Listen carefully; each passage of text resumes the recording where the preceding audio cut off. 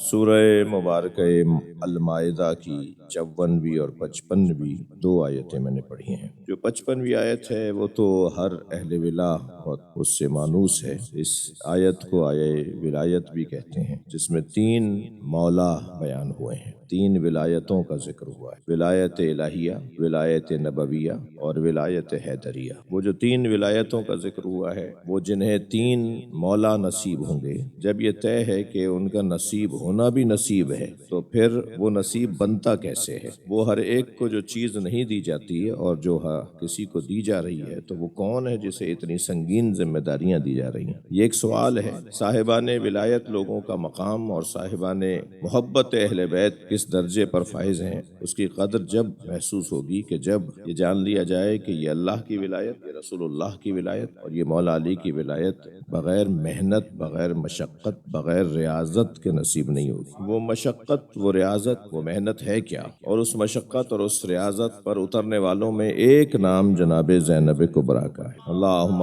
صل علی،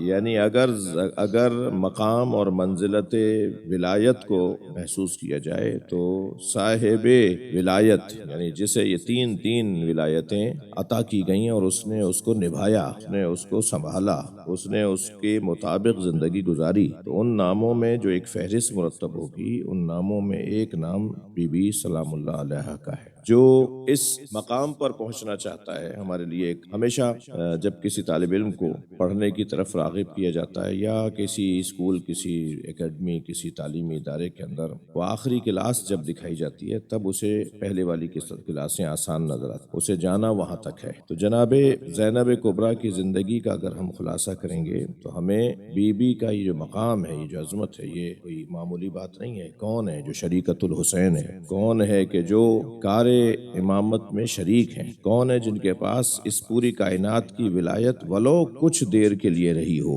مگر اس پوری کائنات کی سرپرستی جس کے ہاتھ میں رہی ہو، جو واسطہ فیض قرار پائی ہو، جو اللہ اور اللہ کے بندوں کے درمیان واسطہ قرار پائی ہو، جس کے ہاتھ میں اللہ کا پورا نظام آیا ہو، یعنی بندوں اور اللہ کے درمیان، جیسے مولا علی کے لیے اللہ نبی مکرم کا فرمان ہے، حدیث قدسی بیان کرتے ہوئے نبی نے فرمایا کہ ان اللہ جعل علیا علما بینہ و بین خلقہ لیس علما غیرہ۔ علی کو اللہ نے اپنے اور اپنے بندوں کے درمیان علم قرار دیا ہے۔ ہم اور آپ علم کو دیکھ کر کیا سوچتے ہیں؟ علم ہمیں نظر آئے تو کیا یاد آتا ہے؟ یہ جو علم، یہ جو پرچم، یہ علم جس کو ہم اپنے بر صغیر زبان میں علم کہتے ہیں، اسے دیکھتے ہیں تو ہمیں حضرت عباس یاد آتے ہیں نا۔ تو مولا نبی فرما رہے ہیں کہ اللہ نے علی کو اپنے اور بندوں کے درمیان علم بنایا ہے، یعنی اگر علی کو سوچیں گے تو کون یاد آئے گا؟ اللہ یاد آئے گا۔ جیسے علم کو دیکھ کر حضرت عباس یاد آتے ہیں، ایسے مولا علی کو دیکھ کر اللہ یاد آئے گا۔ اور اسی حدیث کے اندر فرمایا کہ اللہ نے لوگوں کے لیے علی کی طرف رجوع کرنا واجب قرار دیا ہے، یعنی یہ جو جس طرح سے مولا کائنات کو اللہ نے اپنے اور بندوں کے درمیان علم قرار دیا ہے، اس کیفیت میں کچھ دیر کے لیے ہی صحیح جناب زینب فائز تھیں اس کیفیت پر، کہ جب امام حسین علیہ الصلوۃ والسلام نے اپنی شہادت سے کچھ قبل جناب زینب کے حوالے امور حجت قرار دیے، آپ کو حجت خدا قرار دیا، حجت خدا بالفعل قرار دیا۔ اہل دقت ان سے توجہ چاہوں گا، حجت خدا بالفعل، حجت خدا بالقوہ۔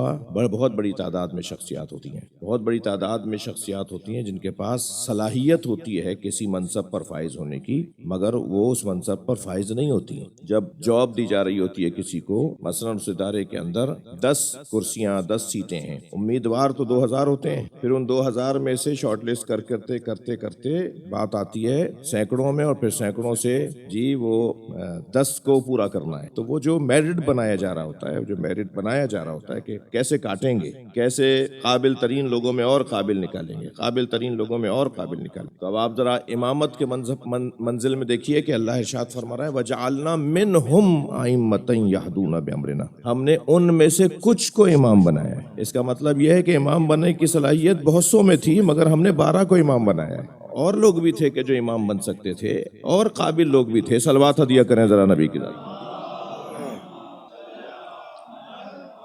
اور قابل لوگ بھی تھے کہ جو امام بن سکتے تھے، مگر پروردگار عالم نے ان قابل ترین لوگوں میں سے کچھ کو امام بنایا۔ یہ آیت تو یہی پکار کے کہہ رہی ہے، وَجَعَلْنَا مِنْهُمْ أَئِمَّةً يَهْدُونَ بِأَمْرِنَا لَمَّا صَبَرُوا وَكَانُوا بِآيَاتِنَا يُوقِنُونَ۔ ہم نے ان میں سے کچھ کو امام بنایا ہے، اور امام ہم جسے بناتے ہیں اس کے اندر کم سے کم یہ دو صفتیں ہوتی ہیں، وہ سب سے بڑا صابر بھی ہوتا ہے اور سب سے بڑا صاحب یقین بھی ہوتا ہے۔ اس کے اندر صبر بھی کمال کا ہوتا ہے اور اس کے اندر یقین بھی دوسروں سے سب سے زیادہ ہوتا ہے۔ وہ اللہ جو ان میں سے کچھ کو امام بنا رہا ہے، وہ جن میں سے اللہ مثلا 12 امام بنائے ہیں، مگر امام بننے کی صلاحیت 12 سے زیادہ میں تھی۔ اب وہ جو 12 سے زیادہ ہستیاں ہیں جن میں امام بننے کی صلاحیت تھی، ان میں مثلا ایک نام حضرت عباس کا ہے، مثلا ایک نام ان میں سے حضرت زید شہید کا ہے، مثلا ان میں سے ایک نام حضرت سید محمد ولد کا ہے، یہ وہ لوگ ہیں۔ حضرت اسماعیل کا ہے جن سے اسماعیلی علیحدہ ہوئے، صاحب علم عالم دین، امام جعفر صادق ان کے علم پر فخر کرتے تھے۔ تو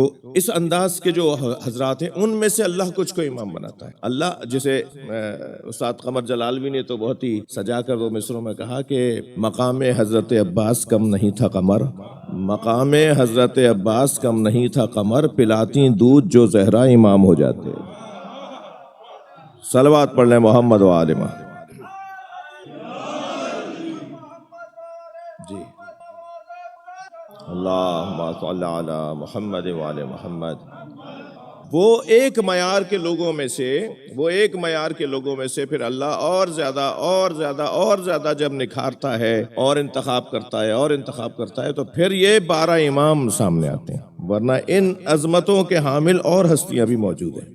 جناب زینب دیکھیے، حضرت علی اکبر علیہ السلام، مولا عباس علیہ السلام، جناب زینب کبریٰ سلام اللہ علیہا، جناب معصومہ قم صلوات اللہ علیہا، یہ وہ ہستیاں ہیں کہ جو تالی تلوے معصوم ہیں۔ یعنی اگر 14 کے بعد کسی شخصیت کو حساب میں اور اہمیت میں گنا اور تولا اور پرکھا اور دیکھا جائے گا تو وہ یہ ہستیاں ہیں۔ یعنی 14 کے علاوہ جو ان کے بعد والی جو ایک تعداد بنے گی وہ یہ ہستیاں ہیں، اور جس کے بہت سارے دلائل ہیں، جس کو بہت اچھا سجا کر اہل علم نے بیان کیا ہے۔ جس کے دلائل میں سے ایک دلیل یہ ہے کہ جن کو کھڑے ہو کر خود امام سلام کرے ان میں سے ایک نام جناب زینب کبریٰ کا۔ حضرت عباس کو ائمہ اہل بیت نے سلام کیا ہے، حضرت علی اکبر کو ائمہ اہل بیت نے کھڑے ہو کر سلام کیا ہے، حضرت معصومہ قم کو ائمہ اہل بیت نے کھڑے ہو کر سلام کیا ہے، جناب زینب کبریٰ کے دروازے پر ائمہ اہل بیت کھڑے ہو کر سلام کر رہے ہیں۔ یہ 4 ہستیاں، اور پھر ان کے بعد والی ہستیاں بنیں گی جناب مثلا زید شہید کی،